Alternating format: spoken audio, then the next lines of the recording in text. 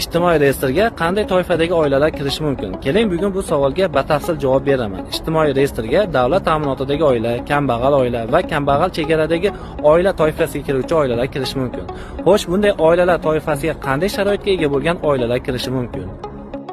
Davlat ta'minotidagi oila a'zolari mehnatga layoqatsiz va mehnat qilish imkoniyatiga ega bo'lmagan va oila a'zolarining har biriga to'g'ri keladigan o'rtacha oylik daromad minimal iste'mol xarajatlardan kam bo'lgan oilalar.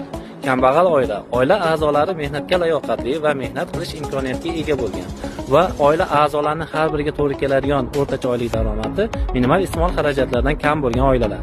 Kambag'al chegaradagi oila a'zolarining har biriga to'g'ri keladigan o'rtacha oylik daromad minimal iste'mol xarajatlarining 1 baravardan 1,5 baravargacha to'g'ri keladigan oilalar.